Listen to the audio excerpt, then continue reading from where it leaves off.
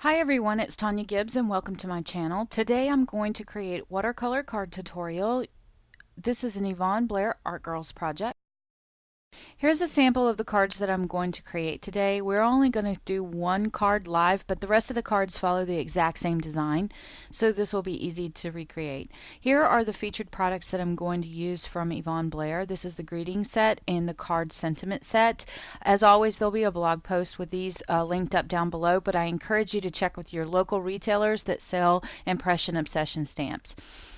So to get started, I'm just going to do a simple repeating pattern watercolor. Now, if you don't feel comfortable watercoloring your own set, check through your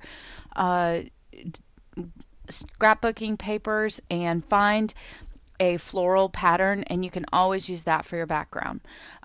Also, I want to note that I know some of this may be out of frame for you guys, but I wanted to do this up close enough to where you could see my brush strokes.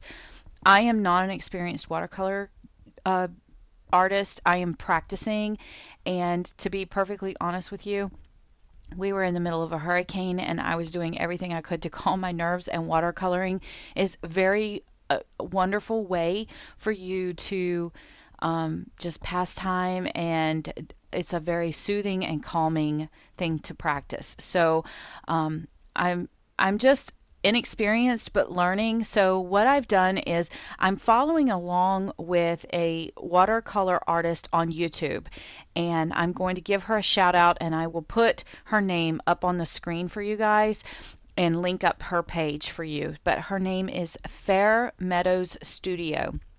So this is actually my practice run on just practicing some different flower shapes, and I was going to trash this, and then when I was done I was like, you know what, if I do a little doodling on this it won't be so bad.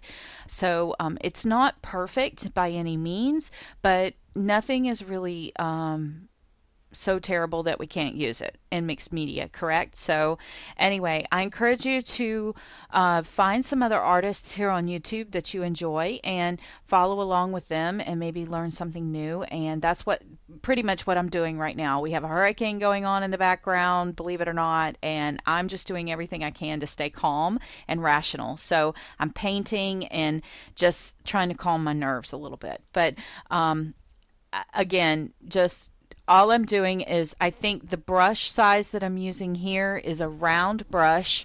It is a number 10 round brush. These are very inexpensive supplies. I got this watercolor set from Amazon. I will link it up in the blog post that I have, that will be linked up down in the description box below. And I will try and also reference the numbers in the blog post of which colors that I'm using. But as you can see, I'm just, you know, I didn't follow her exactly, but she does have some really great flower tutorials in her YouTube channel. So whenever I do follow along with another artist, I always try to give a shout out to that artist, because here on YouTube, that's what we do. We practice from other artists, we learn from other artists, and when I find a channel that I really like and I start scouring it, I love to share it with you guys, my followers, so that you guys can go to their channels and learn from them as well. So if you're into watercoloring and you want to learn how to do some fantastic watercoloring, this artist is a really great teacher. I love that she does voiceovers in her videos, so you can learn the brush strokes and things like that too. So like I said, I'm not super great at this. I'm probably doing some very terrible bad habits here, but the more I practice, the better I'm getting at it, and learning that by buying better watercolors, I'm actually getting better techniques. By buying better brushes, I'm getting better techniques. So as I get more money, I'm just investing more into my products and more into my brushes. So again, the YouTube channel that I'm playing around with is Fairmeadows Studio, and I will put that right up on the screen for you guys and link it up down in the description below. So go check out her channel. It's really fantastic, and I had a great time following along with her, and it did help me kind of calm down a little bit with this raging storm that was going on outside. So enough of that. So what I'm trying to do here is that I'm just going to fill up a watercolor page with these watercolor patterns as much as possible. And it's just playing with how to mix the colors and get them to not bleed. It's also practicing with brush strokes and just getting familiar with this round brush and deciding, how can I make it into leaves? How can I make it into patterns? I struggle sometimes with trying to figure out which direction to hold the brush, where to hold the brush. I'm finding that for myself, the less pressure I hold the brush, the better success I have. So I broke my hand several years ago, so I will say this. My my ring finger and my pinky finger don't always work properly on my right hand. They cramp a lot, so I don't have as much control in my right hand as I would like to have, and sometimes I feel like that hinders my ability to do some of the beautiful watercoloring and hand lettering that I would like to have. And I've been told that that's just practice and finding a comfortable place to hold the brush. Some others have suggested to add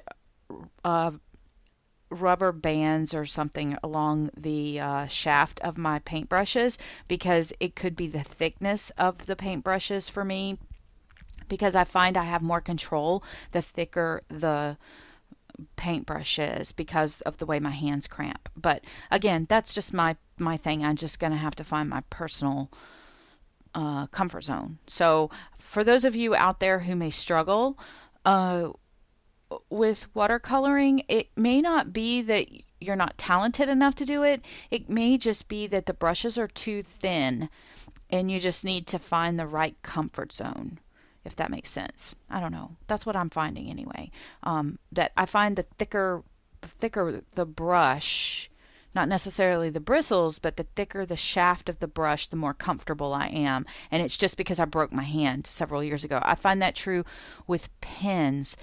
If I'm writing with a pen that's thicker, my hand doesn't cramp as bad and I have a little more control. Anyway, so here I go going, this is a terrible mess. It's starting to look like a very immature artist has done it and I'm not liking it and I'm about to throw it in the trash. And then I said, let's splatter some white paint on it and see where it goes. I mean, it's not bad, but it's just not my thing. So here's that little tube of gold paint that's on my desk, and it's still got a little bit of gold in it, so I'm taking the back end of an old paintbrush and dipping it down into the gold that's still kind of around the edge, and then putting it down in the center of these flowers, and I'm liking it a little bit better. And then I have this little idea to splatter some of that around and give it some life. And this is when I decide, oh, I'm starting to like this just a little bit better, and it might be nice to add this to a card. I'm not going to hang this on a wall, obviously, but so I trim it down to card size, and I decided it's just a little bit too busy for an entire card, but what if we make a set? So now I'm going to go pull out my doodling. Again, the storm is raging outside and I need something to calm my nerves. So I got my gel pen out and here we go. I'm doodling. I haven't lost electricity yet at this point in the storm, but there's still a lot of raging activity going on. So here I go, I'm doodling around the flowers, and this is when they really come to life for me. I think with watercolor, it's so organic that sometimes, for me, it just doesn't have the detail.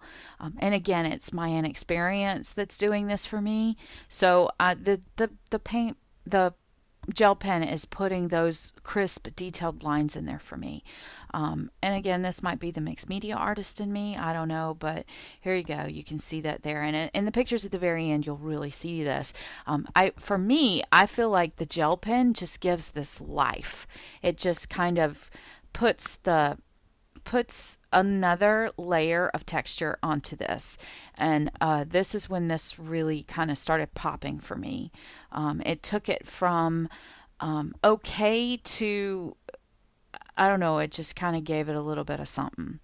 Anyway, so I start tracing around this, and this is when I almost felt like I could take a photograph of it and make a make a print. So a few weeks ago, I had gotten this stamping platform from Tonic Studios and Tim Holtz. And so I thought this would be a perfect opportunity for me to use this. And this is a die cut from MFT. It's the banner dies, and I always have the hardest time lining these things up, so I decided to use it. So I'm putting this down up here at the top. I was disappointed that the platform doesn't have a grid down at the bottom. I'm sure there's a reason, because Tim does everything with a reason in mind.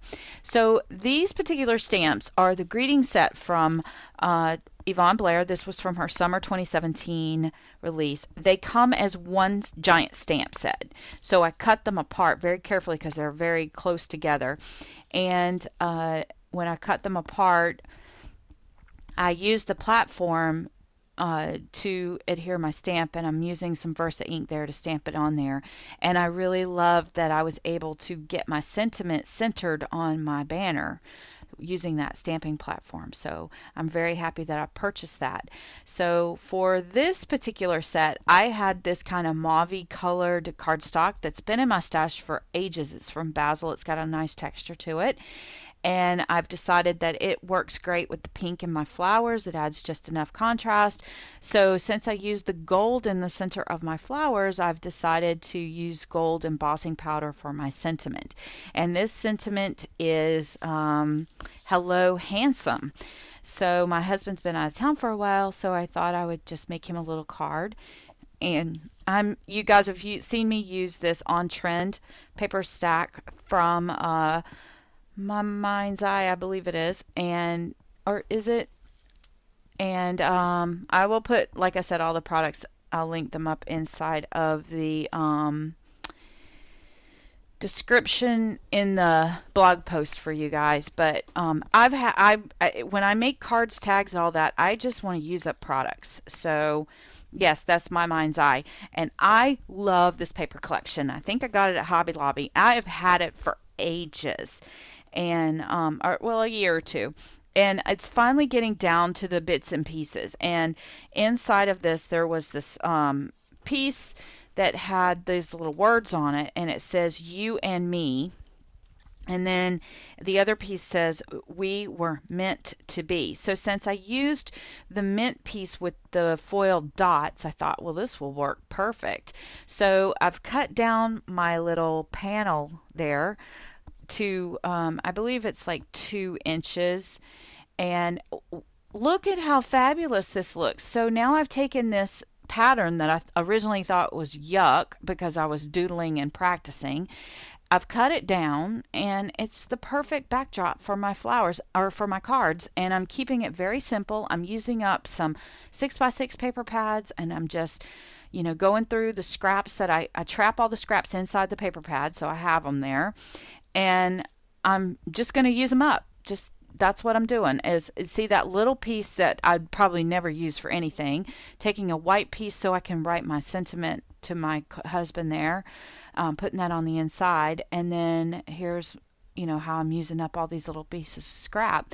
And then I've taken a bunch of these sentiments from Yvonne's card sentiments and stamped them out on these banners and heat embossed them. So now I've looked at this, and it says "you and me," so I've stamped this out so it says now "Hello Handsome, you and me," and then on the inside of the card will say "we were meant to be." And now I'm just making cards out of just little pieces of scrap. So it's going to work out perfect. So I'm going to just go ahead and trap that there while I try and figure out how I want to line this up. Now, one of the other things I want to say is I was only going to make the one card, and then I got to looking around, and I thought, well, I'm sitting here with nothing to do. It's so silly. Go ahead and make a set. So I ended up making 3 other cards out of this until I just made it cards until I had nothing left. Well, you guys saw me do the one card. You didn't need to see me do 3 other cards. The video would have been terribly long. So what I'm doing here is I'm just taking some twine just to give a little something extra to this and to just kind of help ground everything. Tying some just jute twine. I've got spools of this stuff, and it's nice to use it up. Make a little bow here, and Just gives another little added dimension. If you wanted to mail these cards, you could skip adding the twine to it, but by adding the twine I was able to anchor that you and me down. Throw a little bit of dimensional tape on here, and again, if you wanted to mail these cards to a friend or somebody, you wouldn't have to add the dimensional tape. You could keep them flat. And then once again, if you don't feel comfortable doing all of the watercoloring, you could just go through your stash of scrapbook paper, find some pattern paper, and just do pattern paper. You know, I know that there's lots of companies out there that do watercoloring paper, and you know, these watercolor coloring books are a fantastic way. You know, you could just sit there and do the coloring book patterns, and you know, watercolor with the watercoloring patterns and cut them down and put them there. So then once I got to this point and I said, well, it just is an awful lot of gold around, but that you and me just seems somewhat flat. So I got to looking at it after I get my bow all situated here. You know, I'm going to fuss with that for just a few minutes and get those just right and cut those little tails off there. I got to looking at it and I thought, well, it just needs to be jazzed up just a little bit more because that "and" is really big, but it just seems kind of flat. So I pull out my Versa ink pen. And this is a great pen. If you don't own one of these, you need to get one. One side is a brush tip, and one side is a really like a bullet nib. So you can get those little teeny tiny fine details, or you can get those little, you know, you can get that more brush stroke. Now you do need to practice with it a little bit because it can get a little messy, but the nice thing about Versa ink is that if you do get a little bit messy with it, you can always, it's clear, so you can always just kind of scrape it off with a, you'll see me do this right here with your tweezers. You can always kind of scrape that stuff off before you heat emboss, and then no one will ever know. So that's what I did, and then you heat emboss it, and it's okay if it's not perfect, but what this did was it gave me a foil element there on that little piece as well. So I like that. It gave it a little more sparkle. Yeah, so there's my card design, and here is a glimpse at the other cards that I created. So they're a little more simple, but what a great gift set if you like to do those things, if you have like a prayer partner at church, or if you have a secret sister somewhere, or you know, a friend at work, a coworker, who doesn't need an extra card laying around. So these are great little simple gifts you can give someone. If you've enjoyed this production, please leave me a thumbs up, share it with a friend, and leave a comment down below. Thanks a lot, guys.